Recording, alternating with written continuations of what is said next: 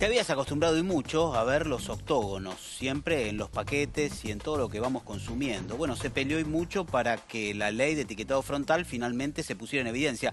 Hubo que recorrer un largo camino, porque había muchas empresas que se negaban, otras que lo ponían del otro lado. Bueno, había que seguirlos de cerca. En los últimos días hubo cambios en la ley de etiquetado frontal. Hay muchas cosas que por ahí van a seguir igual, pero otras tantas que tienen ahí específicamente algún detalle.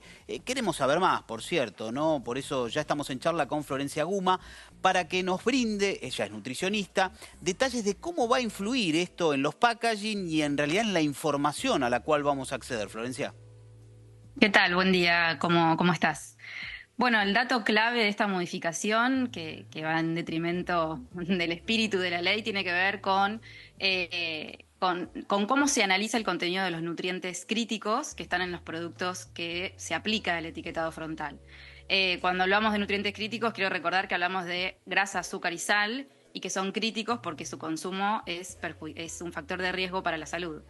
Entonces, antes se establecía que cuando un producto tenía al menos un nutriente crítico agregado, se evaluaba la integridad del producto, ¿sí? Entonces, ahí se determinaban otros nutrientes críticos que estaban dentro de ese producto. Ahora no, ahora la modificación tiene que ver con solo evaluar aquel nutriente crítico agregado por la industria, por ejemplo. Sí, es decir, es bajar la cantidad de octógonos, básicamente. Sí, la verdad es que se van a desmantelar varios Sí. octógonos y sobre todo, por ejemplo, en un fiambre que si le agregan sal va a tener el exceso en sodio, pero el perfil de grasas no lo va a determinar. Entonces vamos a tener la información sesgada, no va a ser tan clara, porque otro componente que también se modifica es lo que uno le puede, o sea, lo que la industria le puede poner, aplicar en el marketing del producto. Entonces, si por ejemplo ahora tiene exceso en azúcar, no va a poder hacer ninguna alusión con respecto al azúcar, pero sí va a poder ponerle light, por ejemplo.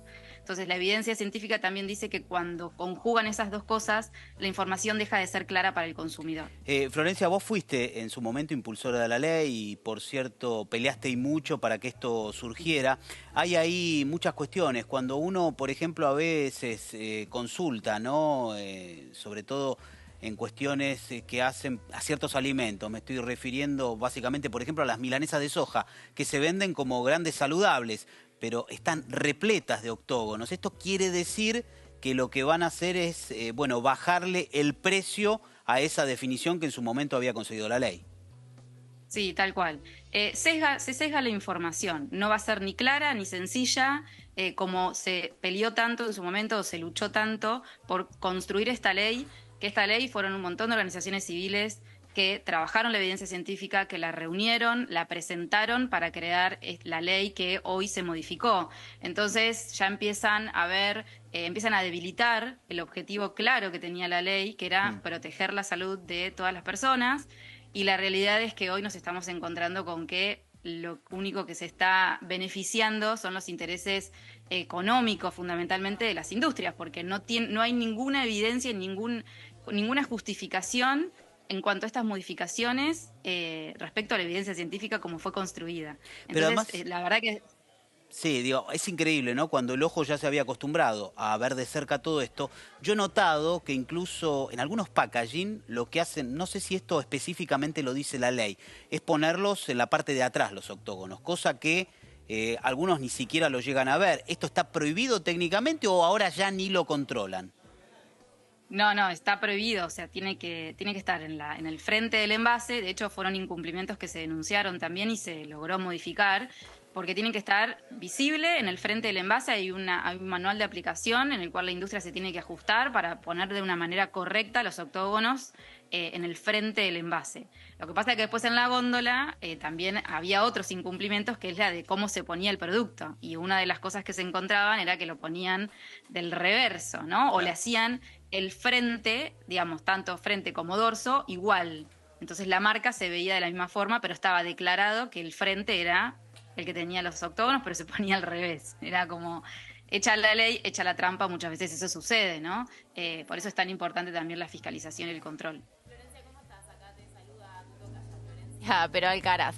¿Qué quería preguntarte cómo sigue esto, porque fue una ley, como decía Diego, discutida en el Congreso, conversada de cara a la sociedad, y ahora con una resolución en el boletín oficial se echa para atrás. Digo, ¿ustedes están evaluando hacer alguna presentación judicial? ¿Se puede? ¿Es posible como frenar esta modificación y volver a la ley anterior que hasta las industrias se habían adaptado? Pues se dio un plazo para que justamente se puedan adecuar, y lo habían cumplido con algunas trampitas, como mencionabas vos también, pero lo habían cumplido de alguna manera. ¿Cómo sigue esto? Sí, desde Sociedad Civil estamos analizando, digamos, somos una alianza de muchísimas organizaciones en la cual queremos hacer la denuncia correspondiente, alguna cautelar o algo que se pueda presentar, pero bueno, es una estrategia que se está articulando para que sea posible de que vuelva a la ley original, ¿no? Sobre todo porque nadie se entera, no se convoca a expertos a poder analizar estas variables. Entonces, bueno, deja, digamos, todo lo que es la transparencia en cuanto a las modificaciones no existió. Ni tampoco su análisis. Entonces, desde Sociedad Civil sí vamos a estar haciendo lo necesario para que la ley vuelva a su instancia original. Ahora, uno se pregunta, ¿no? Lo interesante de todo esto es que no solamente prevenía al consumidor de que estaba ingiriendo, por ejemplo, algo alto en sodio, que esto a quienes sufren ciertas enfermedades, ¿no? Que tienen que ver con la hipertensión, inmediatamente a que veían algo de eso, y a veces en productos inimaginables, ¿no? Que están llenos de sodio, se daban cuenta de manera inmediata. O sea, es increíble que hagan que parte de todo esto caiga. Sí, exactamente. Y otro dato también importante es que tenía un fuerte componente de promoción, publicidad y patrocinio que estaba prohibida cuando tenían al menos un sello, esa publicidad dirigida a niñas, niños y adolescentes, en la cual se modificó el rango etario. O sea, ahora incluyen a partir de los 16, cuando en realidad siempre se habla de menores de 18 años. Entonces, junto con esto que les decía del cambio del packaging, bueno, se deja más vulnerable a los niños, niñas y adolescentes respecto a el marketing abusivo que existe en este tipo de productos. Florencia Guma, muchas gracias por la charla, y veremos. Ojalá esto no caiga en saco roto y el reclamo llegue, porque tiene que ver con la alimentación de todos y con algo que se peleó muchísimo para que finalmente tuviera una consecuencia. Volvemos. Gracias. Gracias a usted.